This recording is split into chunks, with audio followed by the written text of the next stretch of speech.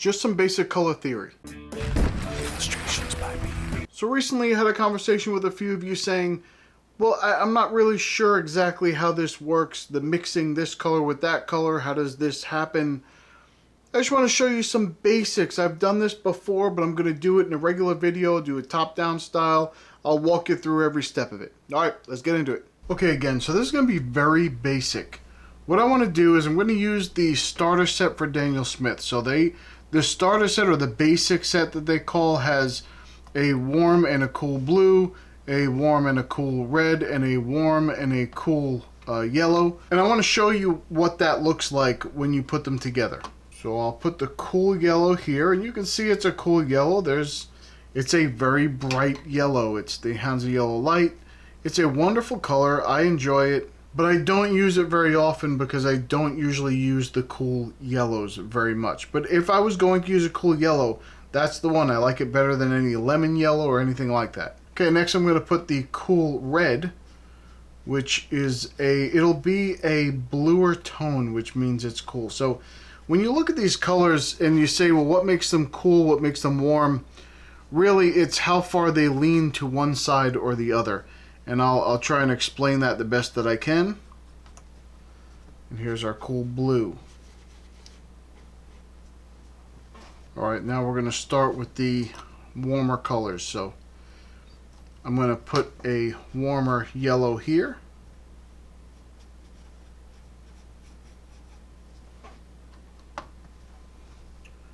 Here's my warm red.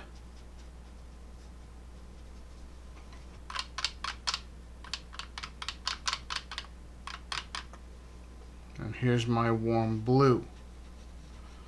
So the colors that I'm using here, just so that you know, just so you're aware, I have a phthalo blue as my cool blue. I have the Hansa Yellow Light and the Quinacridone Rose.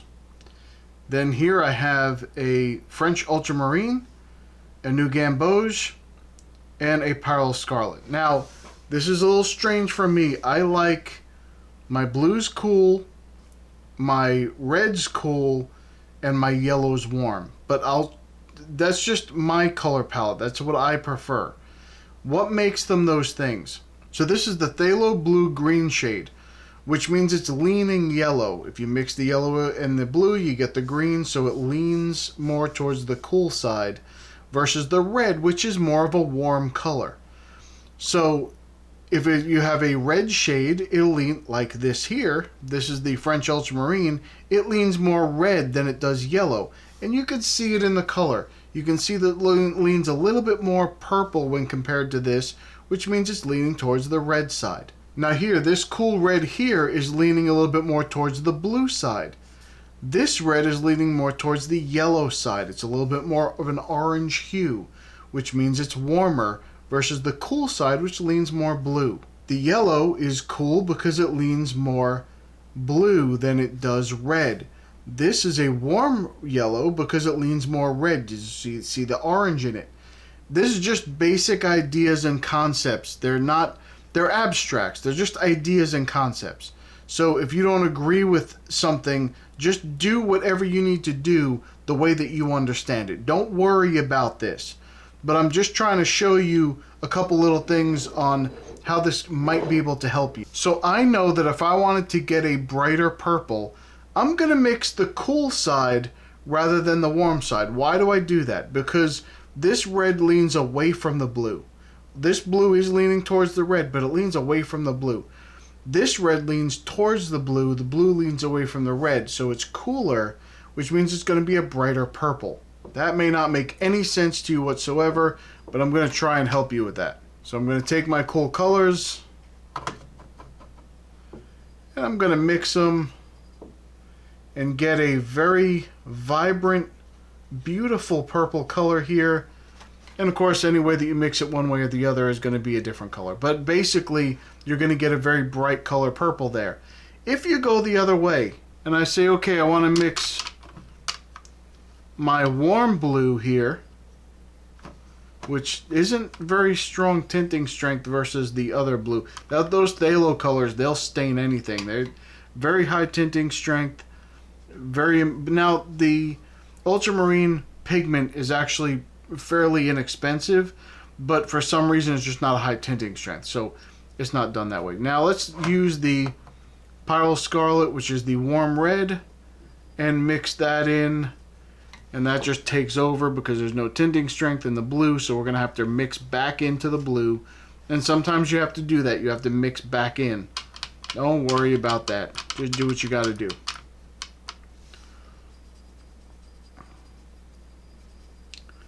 As you can see, this color here is a very muted, very dark purple compared to the other purple, which is very bright and vibrant. So your cooler colors, like your purples, are going to appear more bright on the cool side versus here. But let's go the other way. Let's take the Hansa Yellow Light and mix that with the Quinacridone Rose.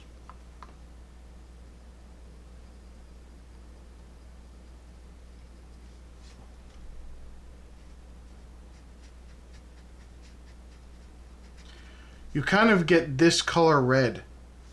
It's a muted red. It's almost like you're getting a warm color by mixing the cool colors. Matter of fact, it's not almost, it is identical to that. Okay, let's go to the other side now. Let's take some of this warm yellow.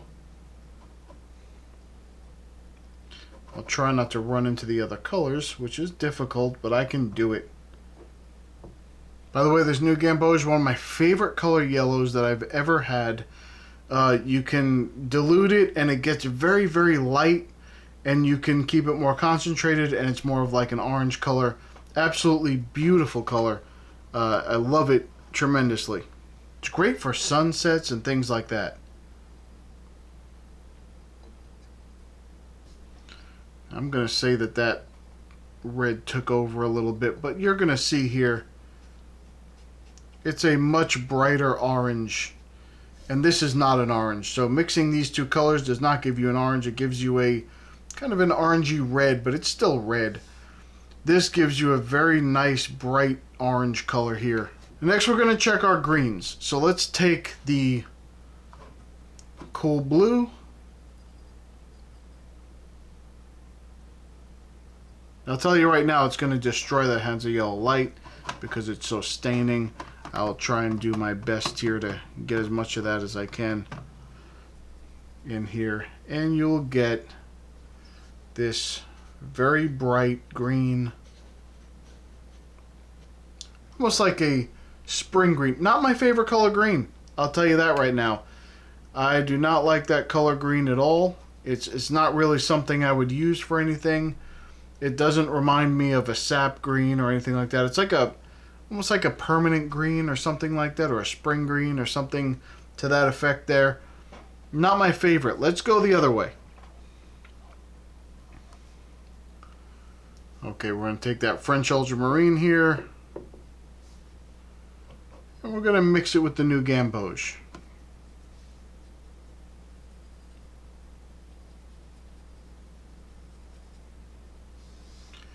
Oh, that is a more of a green that I would actually use. It's still pretty muddy. It's not very bright. So there's a much brighter green, a very muddy green. Let's see if I can add a little bit more blue to that and just tone it a little bit differently to a color that I would more likely use.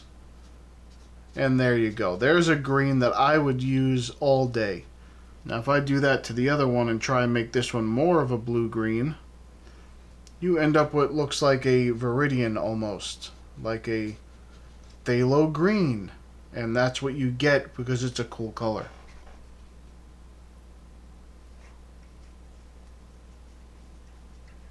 The phthalo green, by the way, you can get a phthalo green blue shade, or you can get a phthalo green yellow shade, and they kind of bounce between these two colors. Very similar. Okay, now what I'd like to do is mix it up a little bit here and show you how these things can also be different. So let me just draw this line here so you do not get confused. And I'll just do something like this so I give myself a little bit more room to work with. Wonderful. And now I'm going to use this red with this yellow.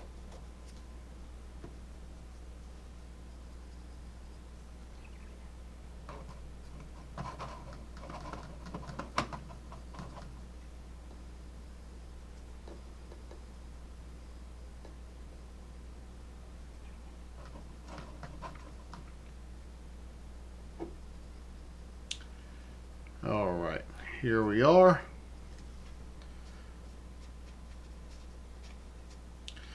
And maybe I'm wrong. Maybe I need to get a little bit more red into the mix. But anyway, doesn't really matter that much.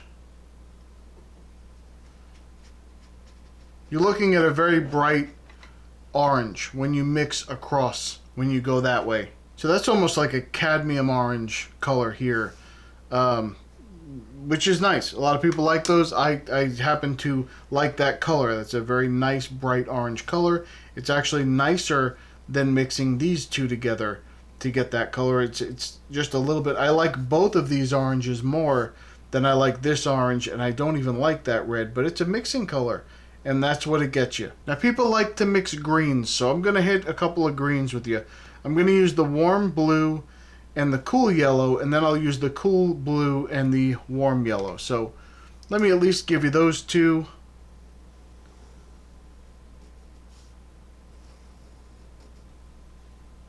And then we'll do this one over here.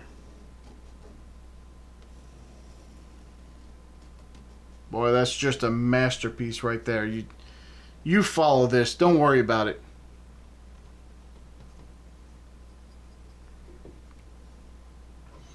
Alright, let's see. I'm going to add as much of this as I can to this color because it's so staining.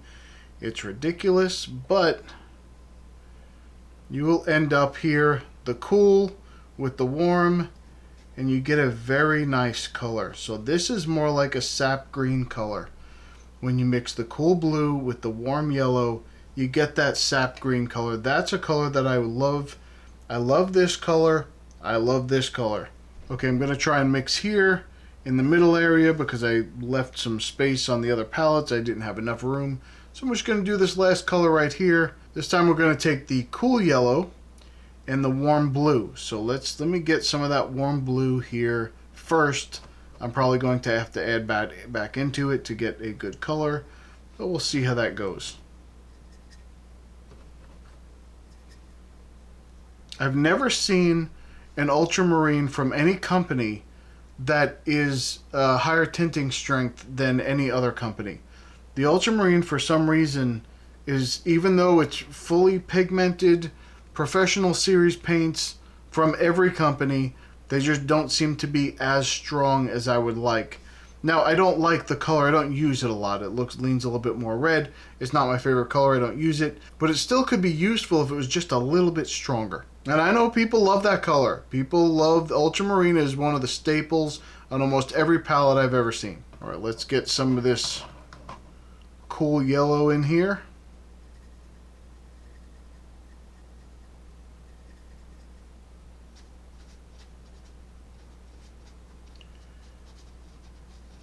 And you get this yellowish green color. I'm going to try and add a little bit more of the blue to this and see if I change it a little bit. It looks like it changes pretty good. You can get different shades, of course. And that is more of a color that I would probably use. But it's not my favorite. But I would use that color. It's a nice color. So you can get variations of the colors. I really like this one and this one. These two here I would use all the time. I might use that one. It's just not terrible. I am going to mix two more colors for you. So I would like to see if I used the cool red with the warm blue. Now these two lean into each other. So you have the red leaning into the blue leaning into the red. You have the red leaning into the blue. So let's see how that works.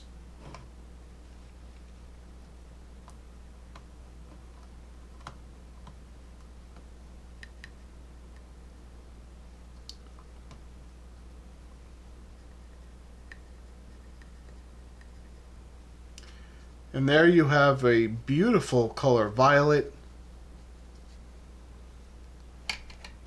It's a absolutely beautiful color because they lean into each other. And that's what you want. Let me correct myself. That's what you want if you want them to be a bright color. If you want them to be more muted, and that's the whole point of this whole thing, if you want them to be more muted, you have them leaning away from each other a little bit more. So this leans red, but this red leans more yellow. So it's leaning away from this red. So it creates a more muted purple. Again, here, that's a very pretty color purple. However, the red is leaning into the blue, but the blue is leaning away from the red. So it is a little bit more muted. When you have colors leaning into each other, you get that bright, vibrant color.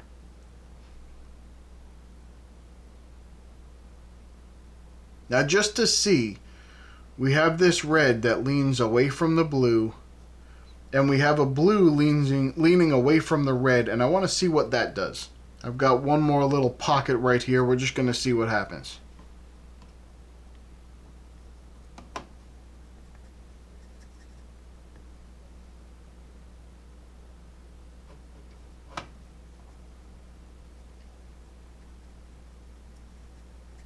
Well, that red just takes right over. So I'm going to have to add more blue into it.